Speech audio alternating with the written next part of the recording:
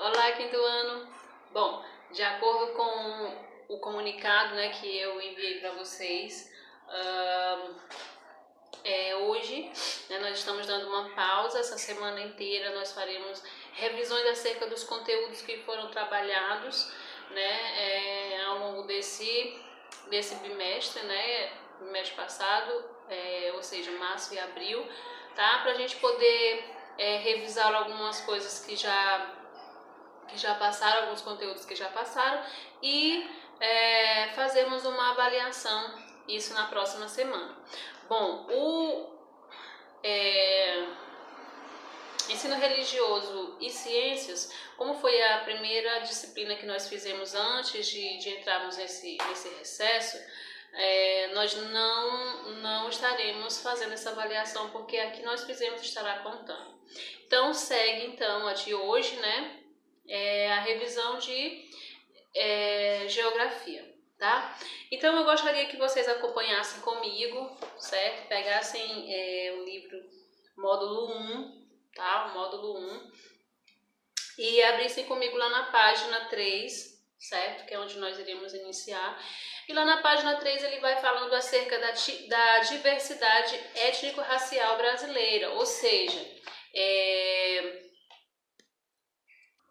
a população brasileira, né, ela tem a sua origem a partir da mistura entre vários povos, principalmente, né, dos portugueses, dos indígenas e dos africanos, né? Posteriormente, a partir do século XIX, né, vieram outros imigrantes vindos originários da Europa, né, assim como a Ásia e também do Oriente Médio, tá? Então o resultado da mistura de todos esses povos, né, deu-se a grande diversidade étnico-racial em nosso país, tá? Então essa mistura de povos deu origem ao povo brasileiro.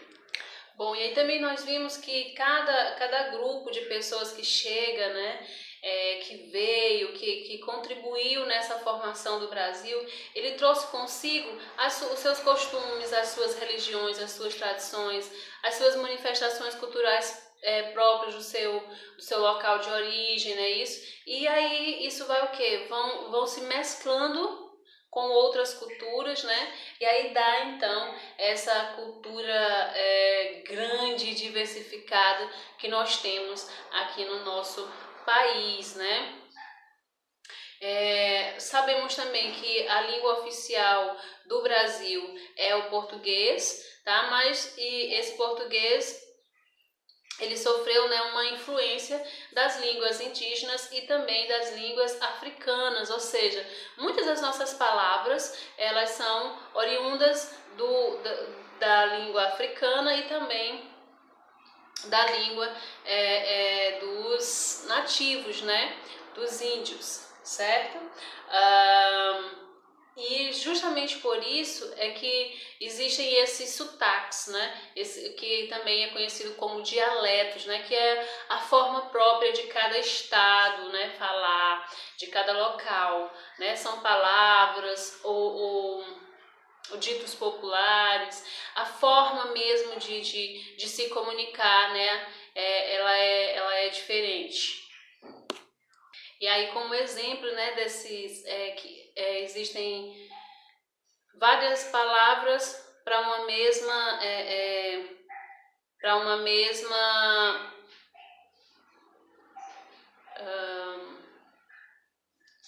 mesmo elemento, como por exemplo a mandioca. A mandioca ela é chamada de aipim, ela é chamada de macaxeira, né? Mas nós estamos falando do mesmo produto, né?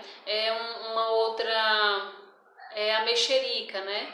Que algumas pessoas chamam de mexerica, outros chamam tangerina, e tem outros que ainda reduz a palavra, chama tanja, enfim, né? Então isso são o que? São as variações, né? As variedades, as diferenças linguísticas, né? Então esses sotaques, né? São os sotaques ou dialetos, né? Eles estão relacionados à diversidade da população. E aí cabe ressaltar que não existe um sotaque ou dialeto que seja mais ou menos correto ou um bonito a mais que o outro, não. Todos são parte da identidade de um país e por isso merece ser respeitado, tá? Então, refletindo sua história, geografia e do patrimônio cultural de um território, tá certo? Então, todos são parte da identidade de um país, refletindo sua história e geografia e também do patrimônio cultural de um território, tá? Então, nós somos todos igualmente diferentes e, ao mesmo tempo, somos todos de um mesmo país. E aí, lá na página 11, nós temos o nosso novo assunto, que vai falar sobre a dinâmica e a distribuição da população brasileira no território, tá? E aí ele vai te dar duas palavras, que é emigração e a imigração.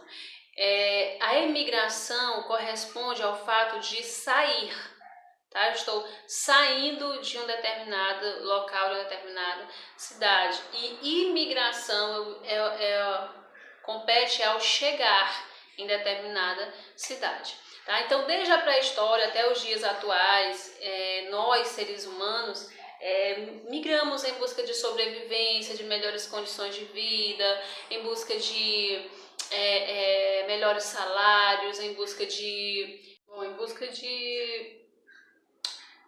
uma vida digna, né? E aí um tipo de migração é a interna. O que é uma migração interna? É aquela que ocorre dentro de um mesmo país, tá? No Brasil, fatores naturais, fatores históricos e econômicos ajudam a explicar importantes fluxos migratórios. Então, quais são os fatores que contribuem para esses fluxos migratórios naturais, históricos e econômicos, certo? E aí a gente também já estudou que entre as décadas de 1950 a 1980 ocorreram muitos fluxos migratórios no Brasil, principalmente de nordestinos indo para a região sudeste. Tá? Em geral, essas migrações eram motivadas pela busca de empregos, principalmente na área da construção civil e nas indústrias, para melhorar a qualidade de vida. Então, esses movimentos migratórios, eles aconteceram no século passado em nosso país e tiveram forte ligação com a desigualdade social e regional, ou seja, com a concentração de riquezas em alguns setores da sociedade e, consequentemente, gerando uma má distribuição de renda, tá? Então, esses movimentos eles foram impulsionados por longos períodos de seca, né, que atingiram a região do sertão, né, sertão nordestino. Então, nessas áreas do interior do estado nordestino, predomina um clima quente e com poucas chuvas e, em geral, concentradas em um curto período do ano, de 2 a 3 meses de duração. Então, nos anos em que as chuvas não aconteciam, a população ela sofria, né, para obter água e alimento e, com isso, elas iam à procura de sobrevivência no sudeste do Brasil. Então, gente, dessa forma, nós podemos afirmar para vocês que, além das desigualdades sociais, a seca é também um fator importante e também um fator motivador de emigrações, tá?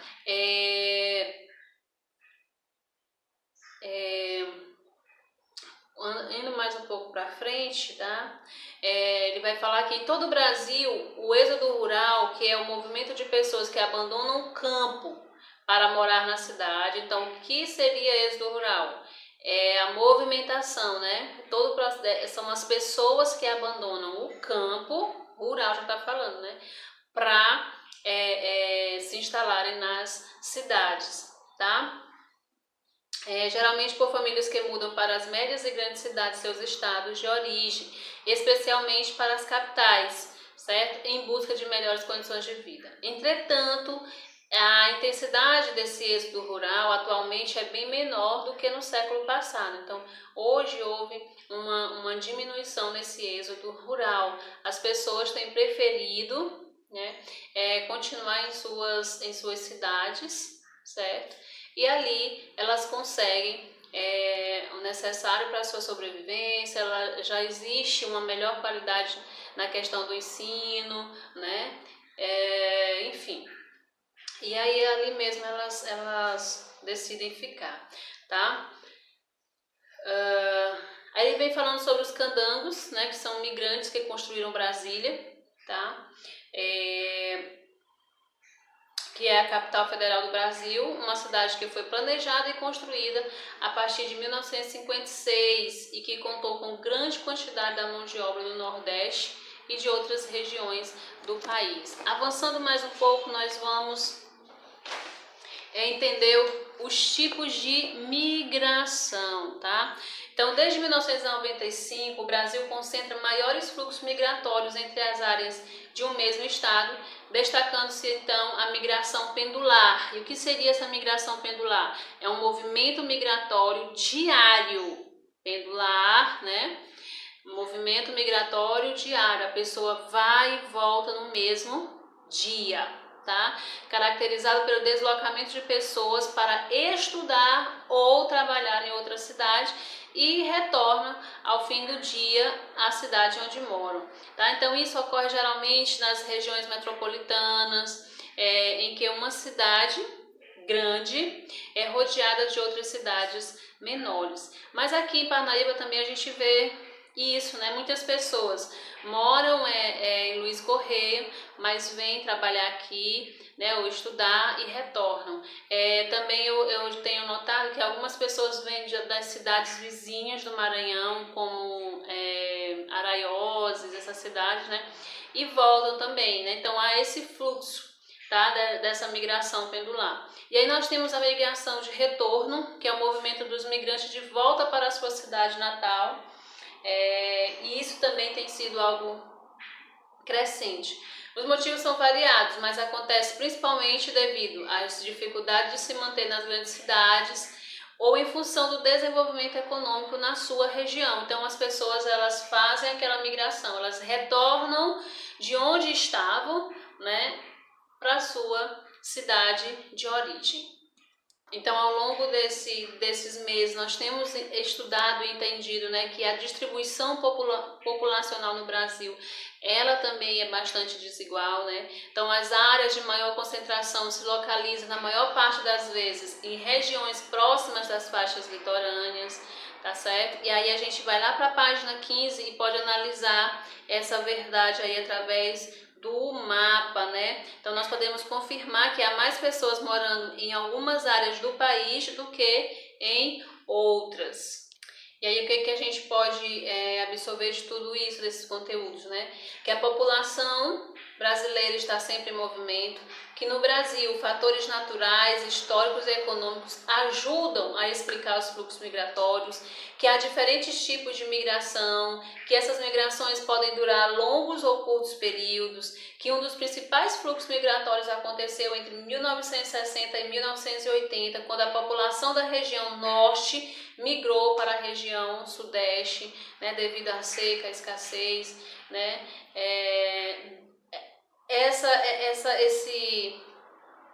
Esse movimento, né, constante da população, ela se dá desde a pré-história, né? Então, desde a pré-história, os seres humanos eles migram em busca de sobrevivência ou de melhores condições de vida, tá? E aí a gente também trabalhou acerca da distribuição populacional no Brasil, que é bastante desigual. A maior parte dos habitantes, elas concentram-se nas regiões próximas das faixas litorâneas e das regiões sudeste e sul do país. E aí a gente vai falar um pouco sobre as desigualdades no Brasil, né, que foi um dos nossos últimos conteúdos, né?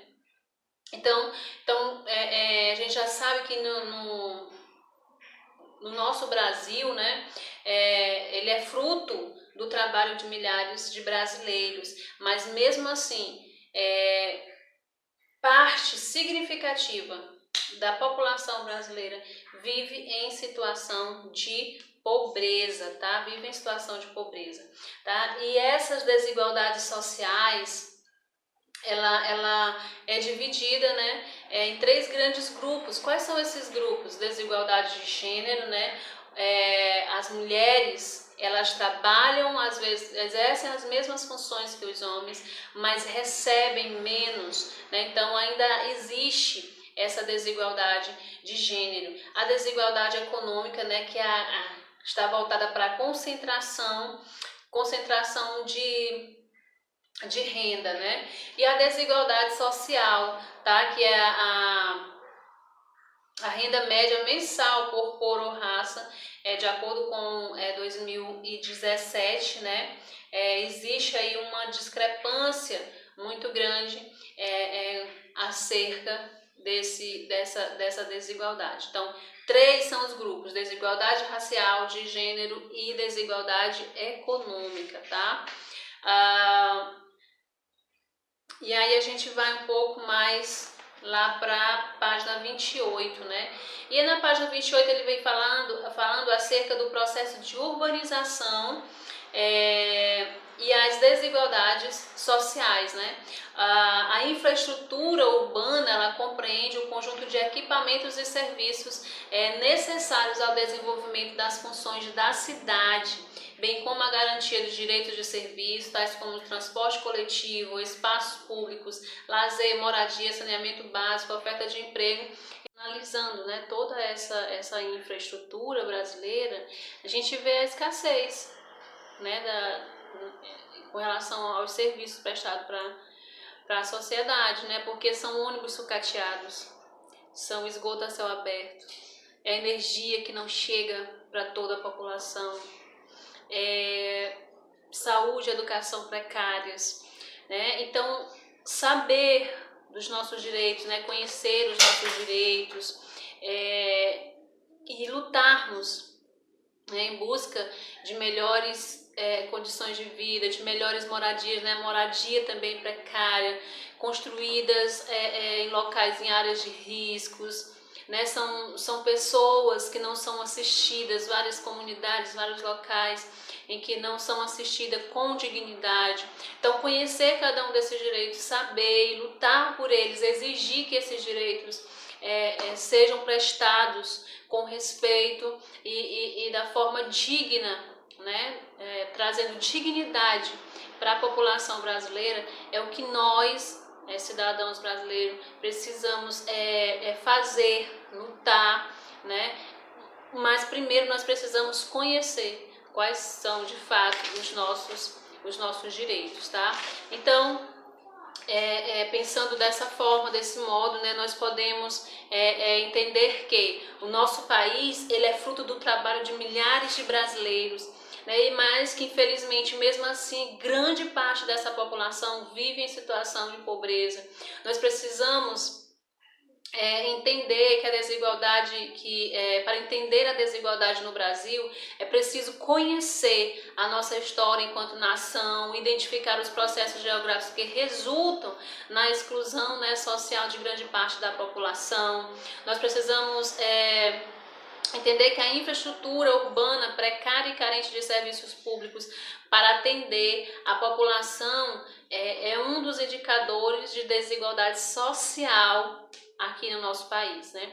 E também que no Brasil, assim como em outros países, a desigualdade social é um indicador de graves problemas. Por isso, promover a inclusão social, promover a economia, a política é essencial para que todos tenham os seus direitos garantidos. Tá? Então, gente, essa foi a nossa revisão de geografia, esses são os nossos conteúdos.